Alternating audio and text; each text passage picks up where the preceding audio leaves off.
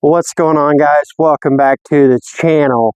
If you've been following this channel for any length of time, then you're familiar with the Minuteman Theory Series. I'll link it up here. Real quick before we get into it, if you guys would do me a favor, go down there, hit that like button. While you're down there, if that subscriber button is red, go ahead and click it, turn it to gray.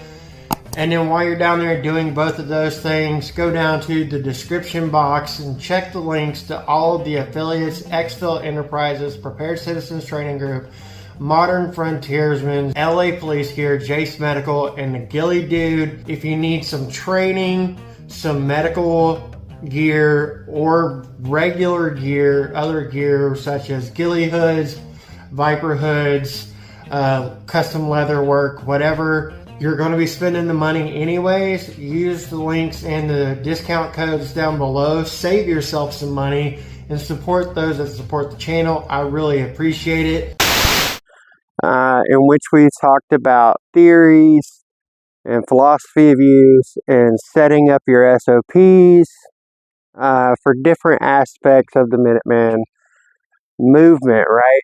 Well, today we're going to go a little bit different, and we're going to talk about the philosophy, the use of, how to use a squad weapon or IAR.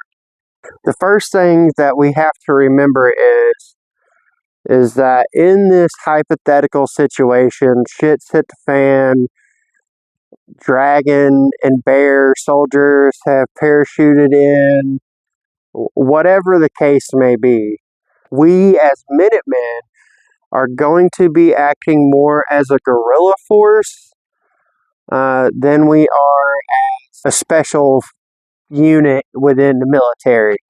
Now, hypothetically, your group has decided that you need a squad weapon, and you've pulled together your money, you've got about 4,000 bones. What are you going to do? And in my opinion, we're going to get the Lima 6 upper with the red right hand, 18-inch barrel with the heat mitigation system. We're going to put a short stroke piston kit on this thing. We're going to put a safety selector or an FRT in it. We're going to get about 3,000 freedom seeds, and we're going to put those in belts of 50, 100, and 200 seeds. And then we're going to put this in a team of 6. One of those team members is going to run that Lima, and then another rifleman is also going to carry a bag. And in that bag, he'll have the belts with the 200 seeds per belt in that bag.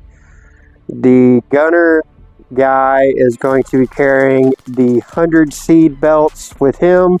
And then the rest of the guys are going to carry the 50 seed belts with them that they'll dump off with the assistant before your 2 groups of 2-man teams can go do whatever they're doing. And that guy is going to run through those belts in a suppressive use, for an ambush, for whatever the case may be, right? The downsides to this is that weapon system is going to be heavier. It will be more solid, put a bipod on that quad rail, put a carry handle like the saw carry handle on that quad rail. You're able to carry it, but it is a little bit heavier.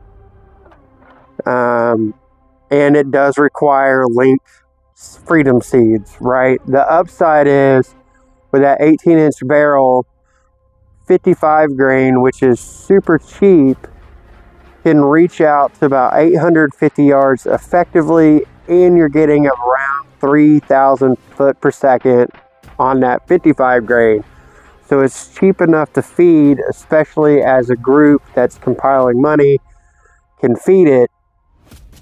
So that is an option, and it is pretty tempting. On the flip side, you have the IAR, the infantry automatic rifle.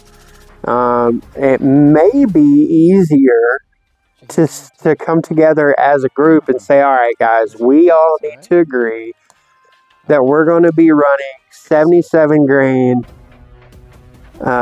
freedom seeds because we get max velocity and stuff out of our 14.5s and 16-inch 1-7 twist rifles, and a couple of us need to upgrade our 16-inch rifles to maybe you have a heavy barrel, 16-inch heavy barrel.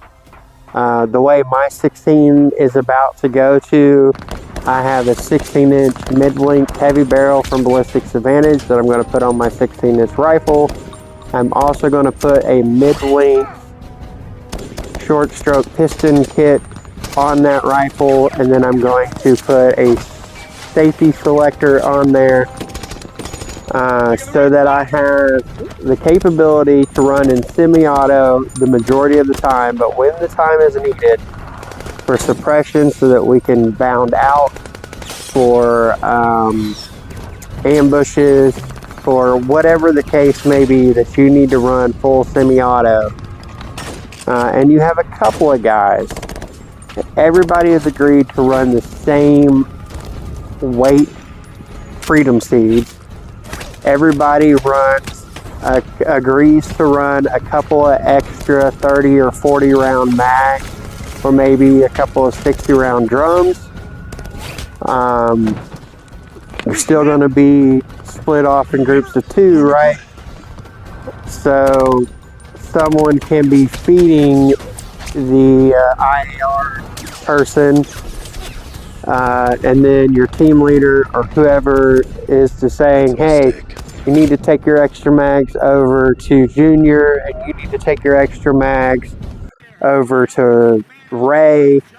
They need that because they're laying down whatever. I think when you're looking at the Minuteman and the things that we're going to hypothetically be doing as a guerrilla force, the IAR kind of shines because it's a little bit lighter than the SAW.